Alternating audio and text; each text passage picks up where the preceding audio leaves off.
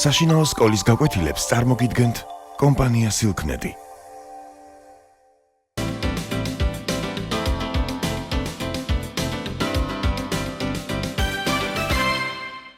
მოგესალმებით.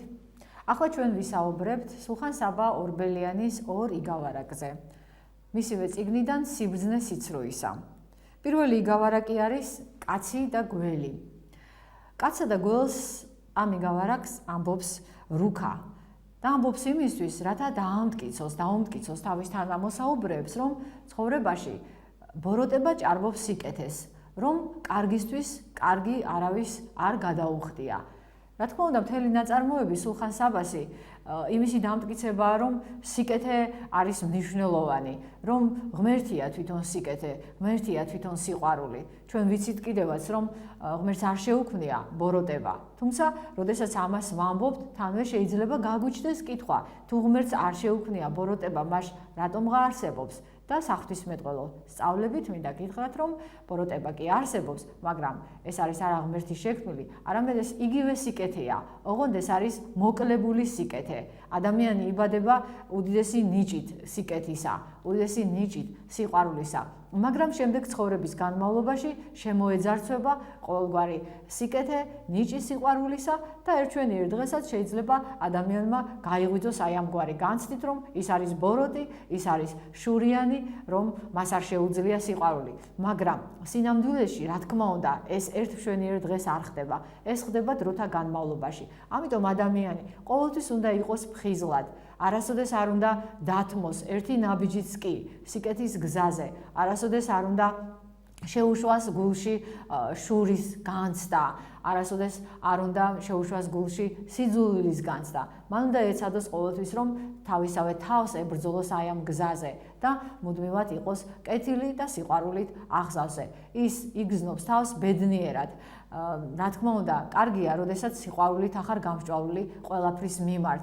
და როდესაც ვკითხულობთ სიბრძნე სიძრუისას, ჩვენ ამაში თვალნათლივ წმუნდებით, იმიტომ რომ აი ბოროტი არის რუქა, ბოროტი არის და უბედური არის ეს ადამიანი. იმიტომ რომ გამუდმებით ცდილობს, რომ უმტროს იმ ადამიანებს, რომლებიც მის გარშემო არიან. და მტრობას კიდე რა თქმა უნდა, კარგი არაფერი არავისთვის არ მოუტანია და არც მოუტანს. და აი ამ იგავარაკში რუქა ცდილობს, რომ ეს დაამტკიცოს, მოყავს, ესე იგი, როგორც არგუმენტი ეს იგავარაკი. ნახოთ აბა როგორ არის ეს ყოველივე მოთხრობილი. სულხან-საბასეული თხრობის სტილი ჩანს. რა თქმა უნდა, სულხან-საბა ძალიან ექსპრესიულად, ხატოვნად მოგვითხრობს ყოველივეს. ერთი კაცი მიდიოდა გზაზე. და დაინახა, რომ ერთ ძეძვს ჰქონდა ცეცხლი მოკიდებული. ძეძვი არის განხმარი ბალახი. და აი ამ განხმარ ბალახს, ცეცხლმოკიდებულ ბალახის ერთ ღეროზე იყო გველი გასული.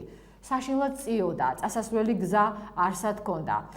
შეიძლება ძალიან ბევრს გულგრილად ჩაევლო ამ ცეცხლმოკიდებული ძეძვისათვის, მაგრამ ეს კაცი ასე არ მოიქცა. ეტყობა ეს კაცი იყო სიკეთით ახსავსე ადამიანი. ის იყო სიყვარულით გამსჭვალული ყოველი სულიერის მიმართ. და ასედაც არის, როდესაც სიყვარული გაქვს გულში, მაშინ შენ ყოველივეს მიმართ განიცდი ამგვარ გრძნობას. შენთვის თქვათ მნიშვნელოვანია ადამიანის გადარჩენაც, მაგრამ მნიშვნელოვანია ასევე პირუტყვის გადარჩენაც. და ასეთი ადამიანი, რომლის გულში არის სიყვარული, ყოველივეს ეპყრობა თანაგრძნობით იმსჭვალება იმათ მიმართ, რომლებიც საჭიროებენ შველას. და ამ შემთხვევაში გველი იყო საშველი. და კაცმა გაიფიქრა, ამ გველს მოვარჩენ, მადლია ჩემთვისო. ესე იგი, ყოველი კეთილი საქმე არის იგივე მადლი. და რაც უფრო მეტ მადლს დააგროვებს ადამიანი, მით უფრო დაფასდება სხვა ადამიანების თვალშიც და რა თქმა უნდა, უპირველეს ყოვლისა ღვთის თვალში. იმიტომ რომ მადლი წინ სანთელივით, ანთებული სანთელივით მიუძღვება ადამიანს აი ცხოვრების გრძელ გზაზე და მადლია სწორედ ის სინათლე, რომელიც ადამიანს ჯოჯოხეთს ააშორებს და მის სულს გზას გაუხსნის უკვდავებისაკენ. და ამიტომაც ესე იგი ამ კაცმა ყოველივე ეს ალბათ იცის, იმიტომაც იქცევა ასე, შუბის წვერი მიუშვირა, გველი ზედ შემოახვია და ესე გადარჩა. მაგრამ მოხდა სრულიად მოულოდნელი რამ და მკითხველისთვისაც მოულოდნელი არის რაც მოხდა ის გველი კი არ წავიდა თავის გზაზე ჩვენ ვიცით რომ რადგან იგავარაკია გველს შეეძლო მადლობაც გადაეხადა ამ კაცისთვის გველმა კი გველი კი ასე მოიქცა ის კაც შემოეხვია კისერზე და დახრჩობა დაუპირა ესე იგი გველი არის ბოროტების განსახიერება ამ შემთხვევაში და ის მადლს ვერ ხედავს სიკეთეს ვერ ხედავს და ცდილობს რომ აი ეს სიკეთე ბოროტებით გადაუხადოს თუმცა კაცმა უთხრა კი მაგრამ მე ხომ შენ გადაგარჩინე რატომ მეკცევი ასე გიშველე ხო სიცოცხლე მოგანიჭე და შენ რატომ მიხდი ასე სამაგიეროსო გველმა უთხრა კარგისთვის კარგი არავის უქმნია და მეც ასრე გიყავიო ესე იგი გველი აი ამ თვალსაზრისით ცხოვრობს ასეთი გზა გაუვლია ეტყობა მას ცხოვრებისა რომ მუდმივად ბოროტი შეხვედრია თვითონაც გაბოროტებულა და ამიტომ მადლის დანახვა მას უკვე აღარ შეუძლია ესე იგი მის გულში სიყვარულის ნატამალიც კი აღარ არის კაცი შეეხვეწა გველს რომ მოდი ცოტა ხანს კიდე მაცალე და ვკითხოთ სხვებსაც და რასაც ისინი გადაწყვეტენ ისე მოვიქცეთ რა ვკითხოთ ვკითხოთ ის თქვათ მართალი ხარ თუ არა შენ როდესაც ამოფრომ კარგისთვის კარგი არავის უქმნიაო და მკითხველიც რა თქმა უნდა მოლოდინით იმსჭვალება რას ეტყვიან სხვები რომლებთანაც ისინი მივლენ აი ამ ასეთი შეკითხვით მართლაც იქვე დაინახეს რომ მიდორში იდგა ჭადრის ხე და მივიდნენ ამ ჭადრის ხესთან და კითხეს ეს ყოველივე მოუთხრო კაცმა გველის გადარჩენის ამბავი და ჭადარმა ასეთი რამ თქვა ამ ცხელ მინდორში მე მარტო დგავარ ერთადერთი ხე ვარ გზავრი, როდესაც გაივლის, გამოივლის, ჩემ ჩრდილ შეეფარება ხოლმე და მე ძალიან მიხარია რომ შემიძლია რომ მას მოემსახურო. არა მხოლოდ გზავრებს, არამედ პირუტყვებიც ჩემს ჩრდილში გრილდებიანო. მაგრამ ადამიანები სამწუხაროდ მე მეკცევიან ძალიან მკაცრად. როდესაც გადააპირებენ წასვლას, ისინი ტოტებს მატეხენ, ზოგს წვავენ, ზოგისგან რაღაცას აკეთებენ, ამიტომაც გველს შეუძახა გველო შენ ახარ მართალი, კარგისთვის კარგი არავის უქმნია. ამიტომ მოუჭირე კაცს ყელში და დაახრჩეო. რა თქმა უნდა, კაცი უფრო მეტად დაღონდა და კიდევ შეეხვეწა გველს, რომ მოდი ახლა სხვა ვინმეს ვკითხოთო და დაინახეს იქვე ხარი ძოვდა და კითხეს, მასაც იგივე. ხარმაც ხარიც თავის ამბავს მოყვა. მე ადამიანებს ვემსახურები მთელი სიცოცხლე, მოუხნავ, დავფარცხავ, გავლეწ, ზაფხული იქნება თუ ზამთარი ჩემთვის არ არის გარჩევა, სულ მუდამ მუშაობ, მაგრამ ერთვენიერ დღესაც დამკლავენ, რომ სტუმარი მოვიდა და უნდა გავუმასპინძლდეთო და ჩემს სიცოცხლეზე, ჩემს გარჯაზე, ჩემს ნაშრომზე არავინ არ ფიქრობსო. და ამიტომაც გველი იმანაც წაათამამა და უთხრა რომ კარგისთვის კარგი არავის უქმნია და მოუჭირე გველო. რა თქმა უნდა, სასო წარეკვეთა კაცს უკვე აღარ იცოდა რა ეკნა, მაგრამ კიდევ ერთხელ სთხოვა რომ მოდი, აგერ მელი ამოდის და იმასაც დავეკითხოთ და თუ მელაც შენს აზრს გაიზიარებს, მაშინ კენი რაც გინდაო. და მართლაც მელასთან მივიდნენ. მელა აღმოჩნდა მოხერხებული, ჭკვიანი, გონიერი, მიხვდა რაშიც იყო საქმე და ამიტომაც ასე წერს სულხან-საბა თავისი ხერხიანი სიტყვით, ესე იგი ასეთი ის გამოიყენა ეპითეტი ხერხიანი, რაც მიანიშნებს იმაზე, რომ ის არის ენამახვილი და მას შეუძლია თავისი მეტყველებით ზეგავლენა და ზემოქმედება მოახდინოს სხვაზე. მან უთხრა მათ მე ვარო ლომისაგან, თხემწიფისაგან, ლომ ნადირთ მეფისაგან დანიშნული მდივანბეგი, ესე იგი მე ვარ საჯულად დანიშნული და ამიტომაც ყელზე რო შემოხვევი ხარ, კაცს გველს მიმართა და ასე მესაუბრები, ეს როგორ შეიძლება? ჩამოდი, დამიჩოქე და მე განსაჯოთ შენი საქციელიო. მართლაც ესე იგი გველმა დაუჯერა, მოეხსნა კაცს კიცრიდან და კაცმაც და გველმაც დაუჩოქეს. მელამ ისარგებლა უცებ აი ამ შემთხვევით და გველს ერთი თათი დაჰკრა და სული გააფრთხობინა და მკითხველი არის გახარებული, ხო, რომ აი ბოროტს მიეზღო, ასე ვთქვათ, სამაგიერო და კაცი, რომელმაც სიკეთე გააკეთა, გადარჩება. მაგრამ იგავ არაკში ასე არ ხდება. კაცმა მელა არ დაინდო, მოეწონა იმისი ტყავი, გაიფიქრა რომ ამისგან ძალიან კარგ ტანსაცმელს შუბას შევიკერავო და ისეთი კარგი ბეწვი აქვს და დაუპირა მოკლა. მელამ ეს რა თქმა უნდა, მელა ამას მიუხვდა, გაიქცა და შორიდან მოაძახა კაცს რომ რა დაგიშავე მე ხომ სიკვდილს გადაგარჩინე და სიცოცხლე გაჩუქეო. და რა თქმა უნდა რუქა აი ამ იგავარაკით იმას ამტკიცებს რომ კარგისთვის კარგი არავის უქმნიაო და როგორც ვიცით ამას ამბობს ლეონის საწინააღმდეგოდ. ლეონი რა თქმა უნდა არ ეთანხმება ისევე როგორც არ ეთანხმებიან რუქას არც მეფე ფინეზი და არც მისი გონიერი ვაზირი სედრაკი და არც ლეონის აღზრდილი ჯუმბერი. ესენი ყველანი ცდილობენ რომ თქვან ისეთი იგავარაკები, რომლებითაც საპირისპიროს დაუმტკიცებენ. და რა თქმა უნდა, მკითხველსაც აქვს იმისი მოლოდინი, რომ ეს პერსონაჟები იტყვიან ძალიან ბევრ იგავარაკს რუქას საპირისპიროს, რადგან ადამიანს უნდა სჯეროდეს, რომ სიკეთეს ადამიანები სიკეთით იხდიან და რომ ბოროტება ვერ დაძლევს ვერასოდეს სიკეთეს. და სწორედ ასეთი იგავარაკი არის მაგისტროსი კეისრისა, რომელშიც სულ სხვანაირი ამბავი არის მოთხრობილი. როგორც გითხარით, ამ იგავარაკს, რომელსაც ქვია მაგისტროსი კეისრისა, ყვება ლეონი. მაგისტროსი ნიშნავს მოძღვარს, მასწავლებელს და რა არის მოთხრობილი ამ იგავარაკში ნახოთ. იყო ერთი მაგისტროსი, ძალიან კარგი და სახელოვანი ჭაბუკი.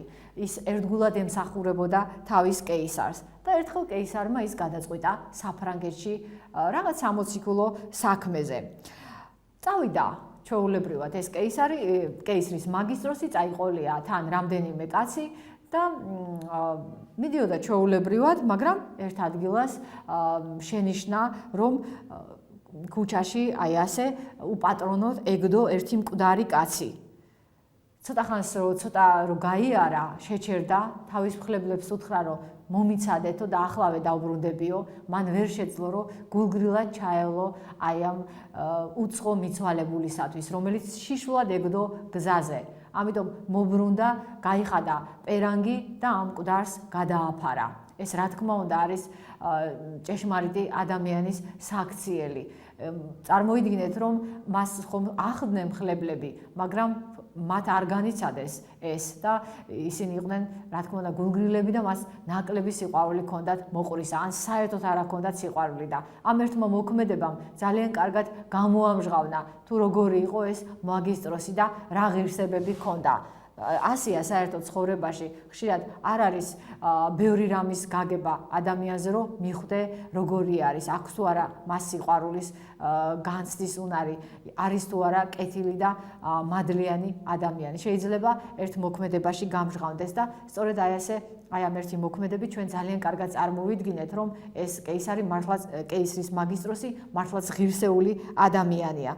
შემდეგ, როდესაც გააგრძელეს გზა, ისევ შეხვდა ერთი ადამიანი უკვე ტალახში ეგდო, საფყარი იყო, დავრდომილი ის კაცი და რატომღაც მასაც ადამიანები გულგრილად უვლიდნენ გვერდს და არავინ ყურადღებას არ აქცევდა. მაგრამ ხვდებით, რომ ეს კეისრის მაგისტროსი, ეს ახალგაზრდა ჭაბუკი მას ვერ ჩაუვლიდა ისევე როგორც სხვები იქცეოდნენ და ამიტომაც ის დაეხმარა, რომ ტალახიდან ამოსულიყო, შემდეგ ფულიც მისცა მას და აი ამგვარად დაეხმარა. შემდეგ გააგრძელა მან თავისი გზა, წავიდა საფრანგეთში, მაგრამ გზაში ზღვით უნდა წასულიყო და გემზე იყო, ზღვა აღელდა, საოცარი ხიფათი შეხვდათ და ამ მაგისტროს უცებ დაემუქრა ასეთი საფრთხე, რომ ის უფსკულში უნდა ჩანთქმულიყო. მაგრამ უცებ მოხდა სასწაული. ვიღაც კაცი გამოჩნდა ამ დროს, რომელმაც ხელი ჰკრა და ნაპირზე გამოიყვანა. და ამ უცხო კაცმა უთხრა მაგისტროს, მე ის გლახავარ, შენ რომ წუმპიდან, ესე იგი ტალახიდან ამომიყვანე. აი სამაგეროდ მე გიშველე, მე სამაგიეროდ ეს გაგიკეთეო. ესე იგი, რა ხდება, რა უნდა დავასკვნათ, რომ ადამიანის სიკეთე არასოდეს არ დაიკარგება. თუმცა კეისარმა იმიტომ კი არ ჩაიდინა ის სიკეთე, რომ ესე იგი წინასწარ განზრახული ქონდა, რომ მას აუცილებლად გადაუხდიდნენ სიკეთითვე, როგორც ვიცით, ქართული ანდაზა რომ ამბობს, რომ მადლი ქენი, ქვაზე დადე და აუცილებლად წინ დაგვხდებაო. და ღმერთიც ამას გვიქადაგებს, რომ არასოდეს ანგარიშით არ უნდა გააკეთო სიკეთე.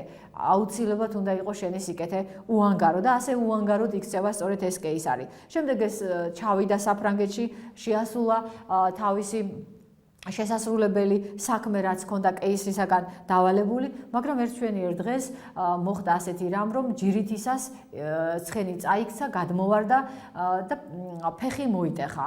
საშინლად ჰქონდა მოტეხილი ფეხი. 1000-მა ექიმმა ნახა, მაგრამ ვერავინ ვერ უმკურნალა, ვერავინ ვერ მოუჩინა ეს ფეხი და ექიმებმა გადაწყვიტეს, რომ სხვა გზა არ იყო, აუცილებლად ფეხი უნდა მოეკვეთათ მისთვის. ეს ამ კაცმა ძალიან განიცადა და თავის ერთ მომლელს უთხრა კიდევაც, რომ თუ ასე იქნება, მე თავს არ ვიცოცხლებო. და სწორედ იმ ღამეს, როდესაც ამ მწარე ფიქრებში იყო, მეორე დილას უნდა მოსულიყვნენ ექიმები და მისთვის ფეხი მოეკვეთათ, უცებ ასეთი რაღაც მოხდა სასწაული. შუაღამისას შემოვიდა სარკმლიდან თეთრებში ჩაცმული კაცი, რომელიც მიუჯდა საწოლზე გვერდით რაღაცა პატარა კოლოფი ამოიღო, იმ კოლოფში ჰქონდა მალამო და წაუსვა ეს იმ მტკივან ფეხზე და აიძულა, რომ ჯერ წამომჯდარიყო. შემდეგ მეორედ წაუსვა ეს მალამო და აიძულა, რომ ფეხზე დამდგარიყო. შემდეგ მესამედ წაუსვა ეს მალამო და უთხრა, რომ გაევლო. და აი ამ მალამომ მოარჩინა ეს სასწაულებრივად. ეს სულ ძალიან მცირე ხანში ხდებოდა ეს ყოველივე. და როდესაც მიდიოდა ეს თეთრებში ჩაცმული კაცი, მან უთხრა, მე იგი მკვდარი ვარ, შენ რომ გზაზე ვნახე, მიპოვე და ის პერანგი დამხურეო. სიკეთისთვის აი ამგვარი სიკეთით, შენ სიკეთეს ამგვარი სიკეთით ვუპასუხე მეო. ერთი სიტყვით, ლეონის ამიგავარაკის აზრი ის არის, რომ წეღანაც აღნიშნეთ, სიკეთე არ დაიკარგება, არასოდეს არ დაიკარგება. ამიტომაც ადამიანმა ყოველთვის უნდა გააკეთოს ის, რაც შეუძლია. ხელი უნდა გაუწოდოს დაცემულს აუცილებლად, წამოაყენოს მიეშველოს და გზაზე დააყენოს. მე გირჩევთ წაიკითხოთ სულხან საბას სხვა იგავარაკებით, რომლებშიც მოთხრობილია უშურველი უანგარო სიკეთის შესახებ. გმადლობთ ყურადღებისათვის.